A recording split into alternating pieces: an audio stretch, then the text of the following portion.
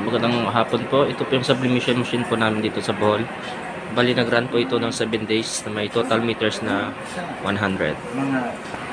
Ito po yung printer head. Bali good condition pa po siya.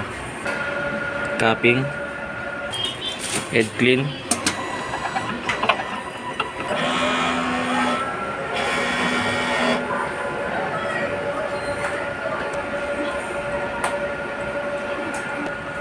Punasan po yung wiper.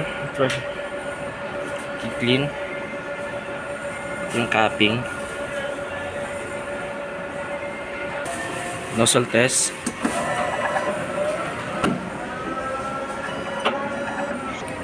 Yung system po ay tama lang.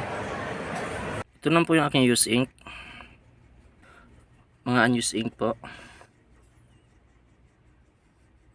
Nandito na po yung aking nagamit na si MYK. Ito po yung cyan, black, magenta, at yellow po.